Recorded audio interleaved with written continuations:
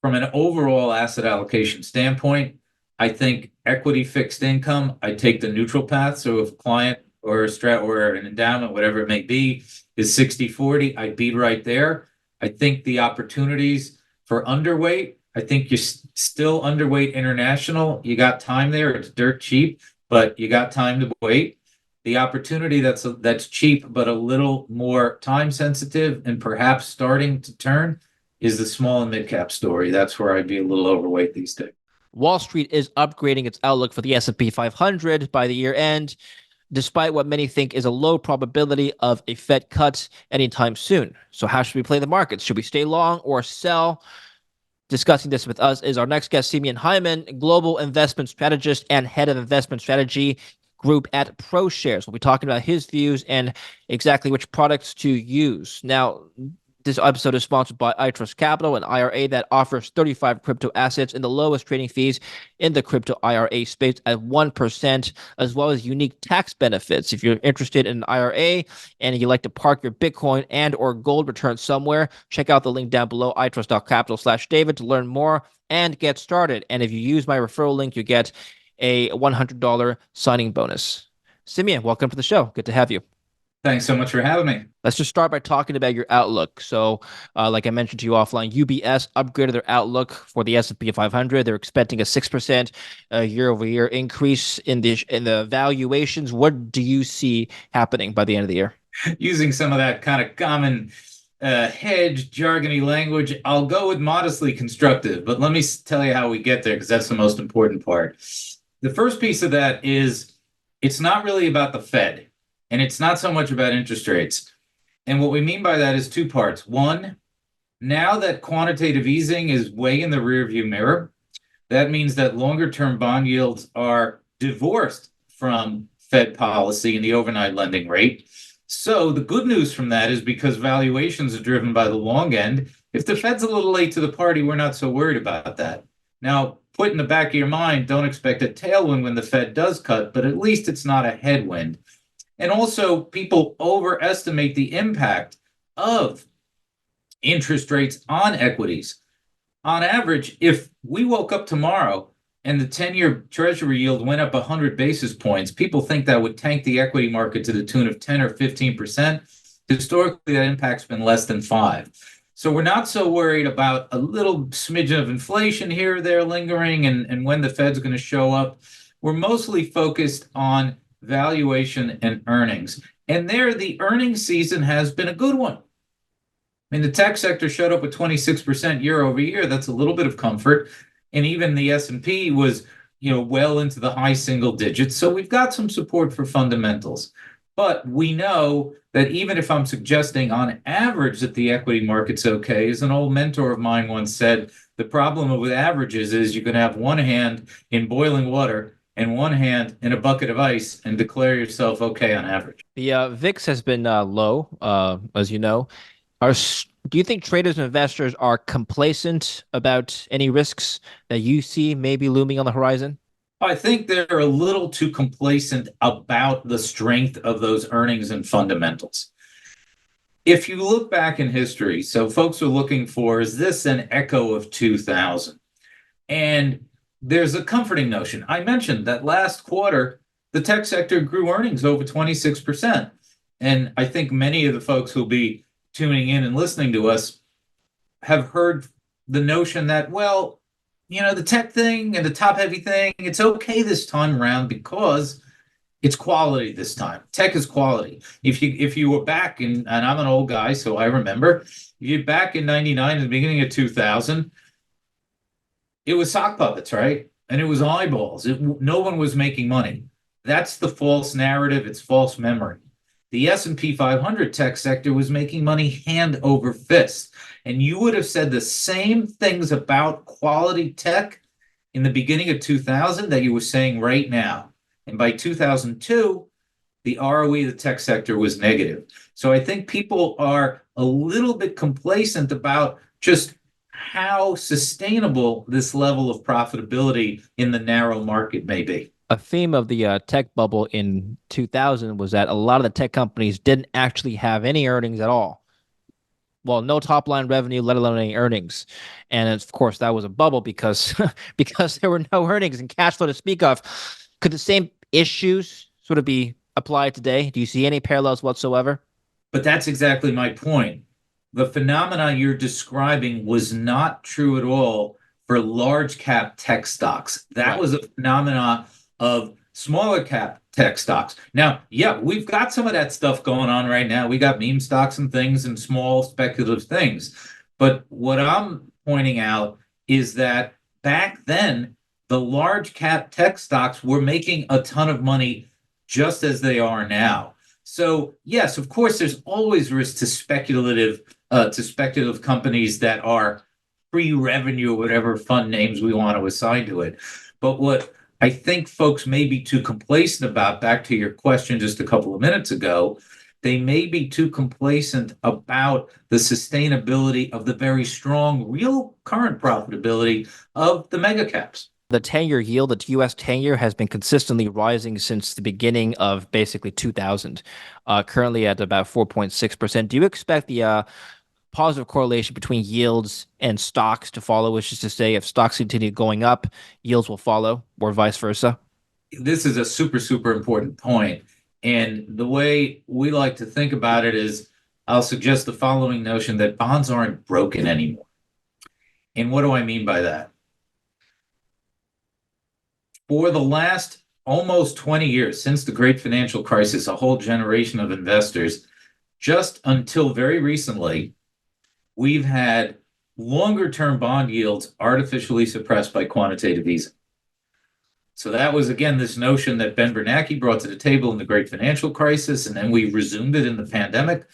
The notion that the Fed, and in fact, not just the notion, but the actions of the Fed, that the Fed could push down longer term interest rates and not only control the overnight lending rate, but push down longer term interest rates to further stimulate the economy. Now, if longer term interest rates are artificially suppressed, that means that their diversification benefit is eviscerated. It's not anymore. Let me be very specific about what I mean.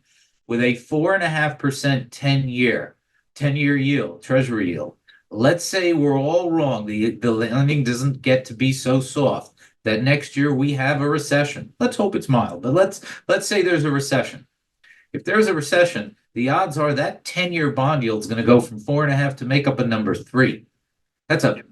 If that happens, duration, bonds are math, duration times interest rate change. Duration of the aggregate bond index, somewhere around 7 or 8 times 1.5%.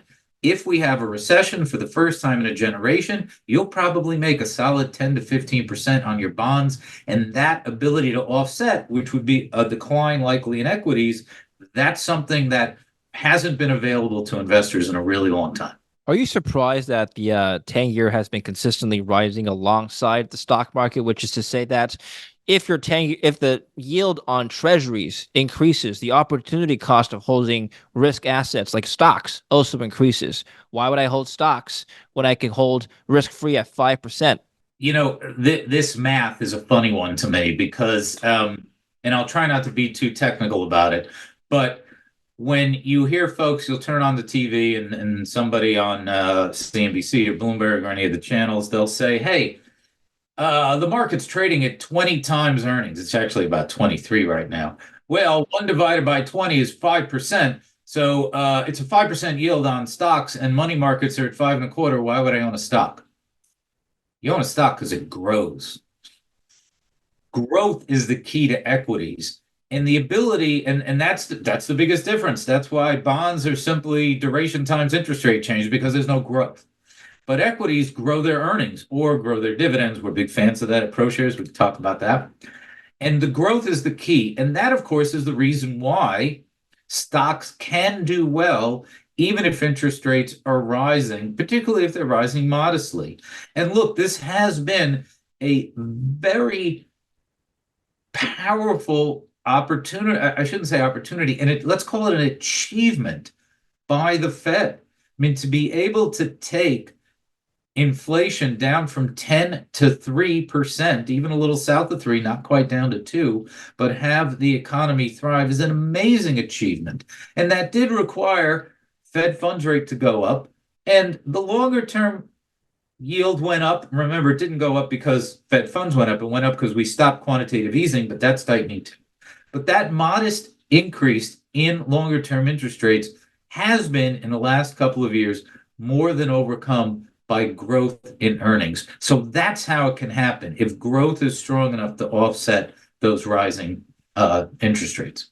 Were you surprised at all that the yield curve stayed inverted for so long, basically ever since the beginning of 2022 or the middle of 2022, and stock markets for the last year and a half continued to grind higher?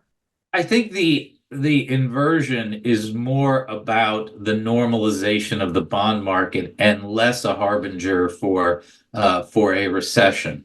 So let me give you a little historical context here. Let's imagine a world, sounds like a bad movie trailer. Let's imagine a world where inflation gets down to 2%. I'll give you the average shape of the yield curve. Inflation's at 2, Fed funds at 3, and the 10-year bonds at 4.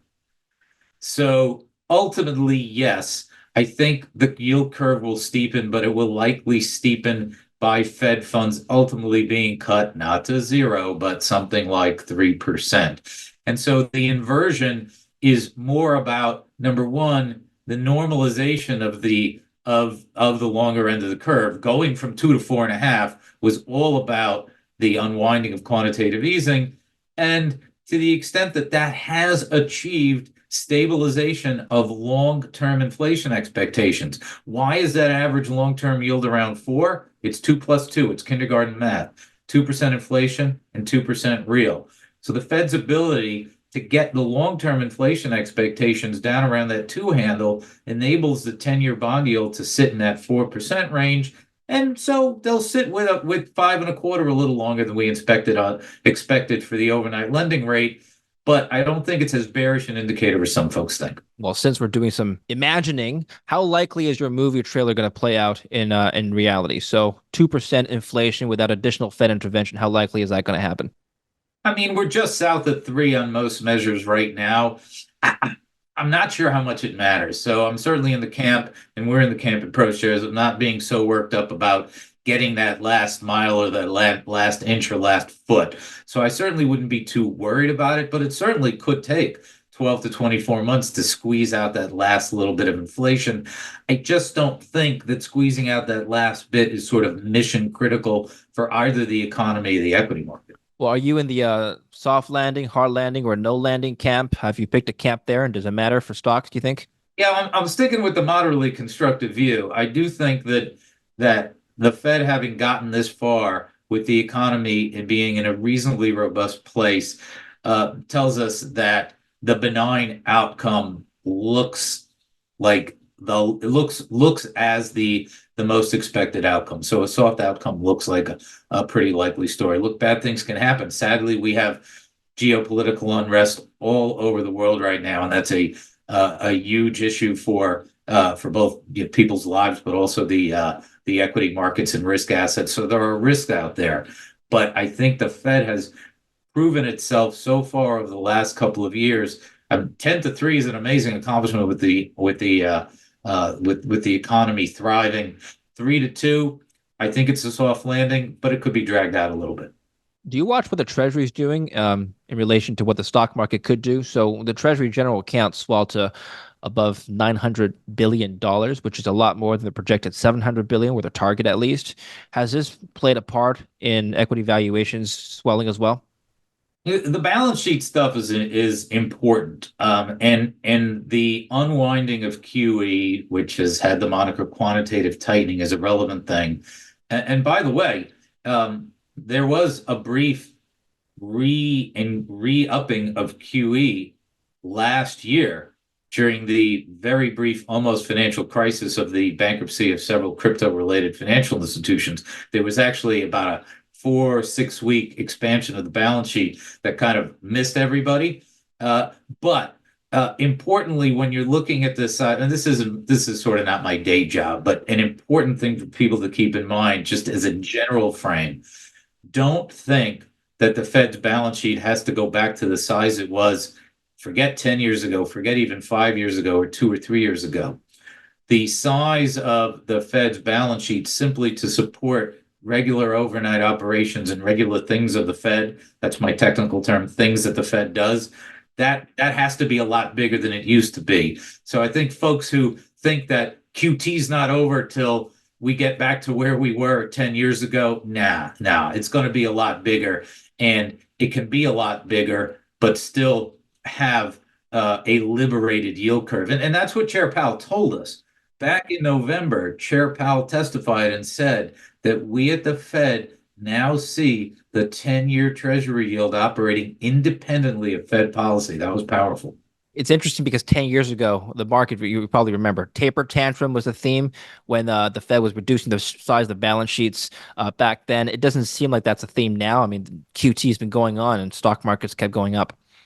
Yeah, because I think that we're close to the end of QT, and part of the reason some folks think we're not is because they don't realize how much larger the balance sheet has to be just to, again, just for the operational aspects of the banking system.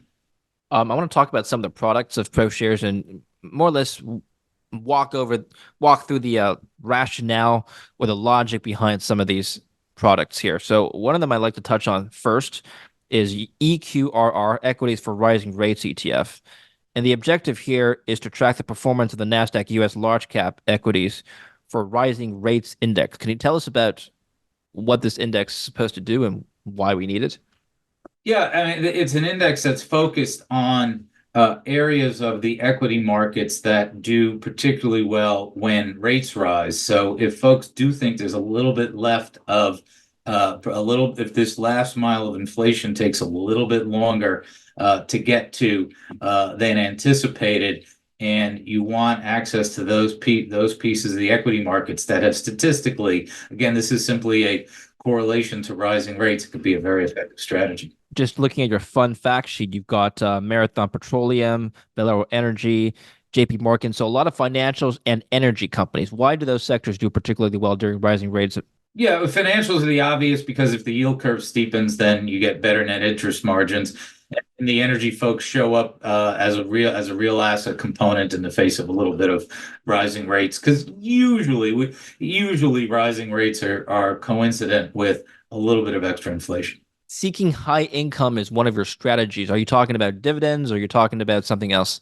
Well, we're sort of talking about both, so I'll let me do one at a time. First, I want to talk explicitly about um, our daily covered call strategies, and that is iSPY, which is our S&P 500 high income ETF, and iQQQ, which is our NASDAQ 100 high income ETF. It's a real innovation in this covered call space. Folks have been looking for income, particularly over the last couple of years when rates have not been quite so high. And they're still looking for income even with higher interest rates because we've got the baby boomers, retirement folks need income to frankly pay their bills. A covered call strategy historically and by its nature is a trade-off. You sell all the upside for your stocks in exchange for the income of selling that call option. Now, historically, folks have done that on a monthly basis, and the track record is a substantial trade-off. There's a buy right index, it's called the SIBO buy right index, a monthly call writing strategy. That's the bench. That over the last decade has only returned about 1/3 of the S&P 500. So you're giving up a ton.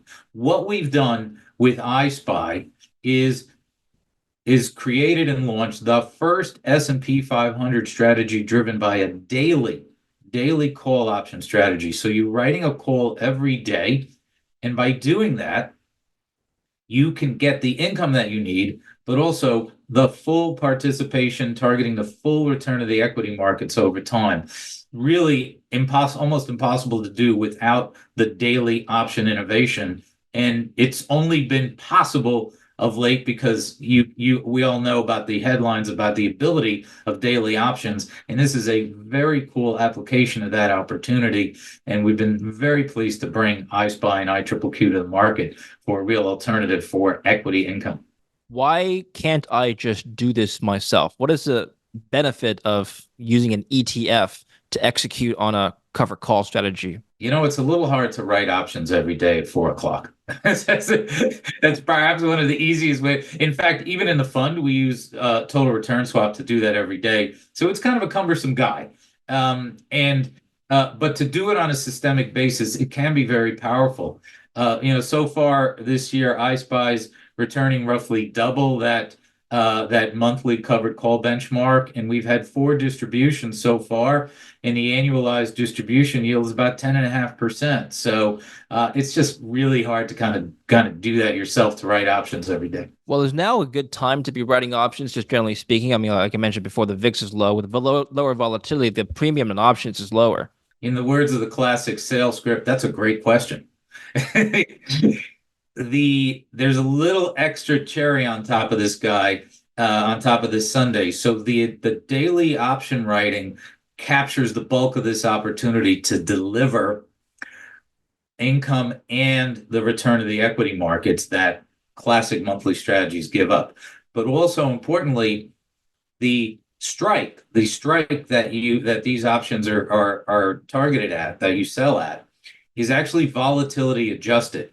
So that addresses that challenge that you were talking about, because you're absolutely right. Historically, you kind of only want to write a call option when the VIX is high, so you get some more money. But if you vol adjust the strike, as is done in iSpy, which by the way is an index-based strategy. This is the S&P 500 daily covered call index. So none of us at ProShares decide to do this, but the index actually includes in it a option adjusted strike, and that allows you to have a good income stream regardless of the level of VIX. It's very powerful. And the other thing that's important about the strategy is, I mentioned that bonds aren't broken anymore, and that's important. If some folks look at these covered call strategies, the classic monthly ones, and they say, I know I was giving up a lot of upside, but I get some downside protection, right? Well, it turns out the downside protection wasn't that great. In fact, if you run a classic down capture analysis on that SIBO monthly benchmark, you get about 85% down capture, which ain't that great. Protecting yourself from 15% of a down market isn't probably as good as some folks thought. But I'm sympathetic to why people thought it was important. Bonds were broken. If bonds are broken and they can't bail you out if the equity markets go down, then you're looking for these second best alternative of maybe a slightly less volatile equity thing.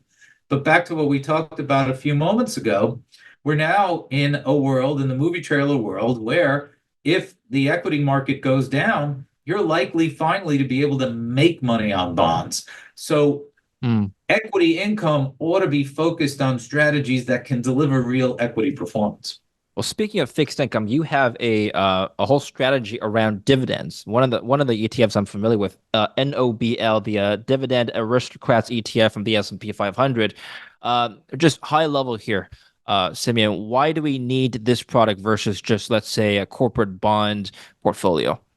Yeah, so to be clear, NOBL is an equity strategy. This is a dividend growth equity strategy. Exactly. So what's the benefit of having, let's say, a dividend So here in a nutshell, the dividend growth approach that Noble follows, it's really about very high quality. One of our monikers this year is equal weight's not enough. People look at the equity markets and they say an easy answer to this valuation and top heaviness is I'll equal weight the S&P 500. The problem is you're equally weighting and raising up all the 493 that were left behind. Maybe some of them don't deserve to be elevated and did deserve to be left behind. How does quality play in? If you equal weight the S&P 500, you degrade the quality. Return on assets gets decimated. Enter the dividend growth approach. In Noble, the S&P 500 Dividend Aristocrats, your entry point is any stock in the S&P 500 that's grown its dividend for 25 straight years. That's super high quality. Yes, they're equally weighted, but 66 names of very high quality. By the way, ROA, double the S&P 500. And guess what? Every once in a while, they get a little cheap. They've been left behind to the tune of we haven't really seen perhaps since 2000. So a high quality strategy that's on sale, and has a growing income stream to give it that real distinction from bonds. You have dividend growing double digits over time. Very powerful. You've excluded the tech sector. I'm just looking at your fun fact sheet. Is there a particular reason why? Another great question in the classics, giving the classic sales response. Noble with a 25-year bar does indeed significantly underweight the technology sector. We have an answer for that. There's a separate fund, it's ticker TDV, and it's the S&P Technology Dividend Aristocrats to address the challenge that you're bringing up. Because indeed, we've seen the news lately. Dividends are becoming more important in the technology space. So we have a separate ETF that tracks technology dividend growers. In addition to being equal weight, I'll give you one more reason why I think it's powerful. Folks often conflate buybacks and dividends. I think they're mistaken in that regard. When a company does a buyback, tech companies do them all the time. It's in the news every single day. A company that does a buyback is telling you that they had a good year last year.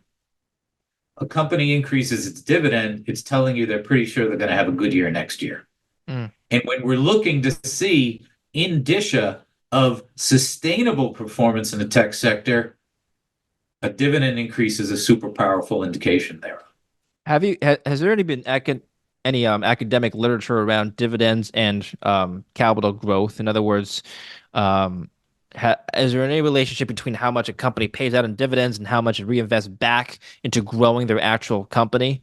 It's a very important question. And what I like and what I love about the dividend growth approach is I call it an elegant strategy because it's simple to explain, but it captures a ton of stuff. And what I mean by that is all the things that you're referencing have to come along for the ride to generate long periods of increasing dividends. You have to be growing the company. Noble has been growing, the S&P 500 dividend aristocrats have grown dividends double digits for decades. And again, you can't do that unless you're growing the underlying firm. So all the things that you're getting at, whether they're payout ratios, whether they're plowback ratios, all that stuff has to come along for the ride. If you were just looking for last year's dividend growth or a high dividend yield, Right. You'd have to start doing a bunch of other things to protect yourself, but not when you look at the long-term track record. Final question. ProShares covers sort of the gamut of different themes, factors, sectors. Have you looked at volume or interest in your products as a gauge for consumer or investor sentiment? In other words, are people more leaning towards the cyclical ETFs, the consumer staples ETFs? Are they leaning towards, volatility ETFs or cover call plays? Does it give you a gauge of what they like?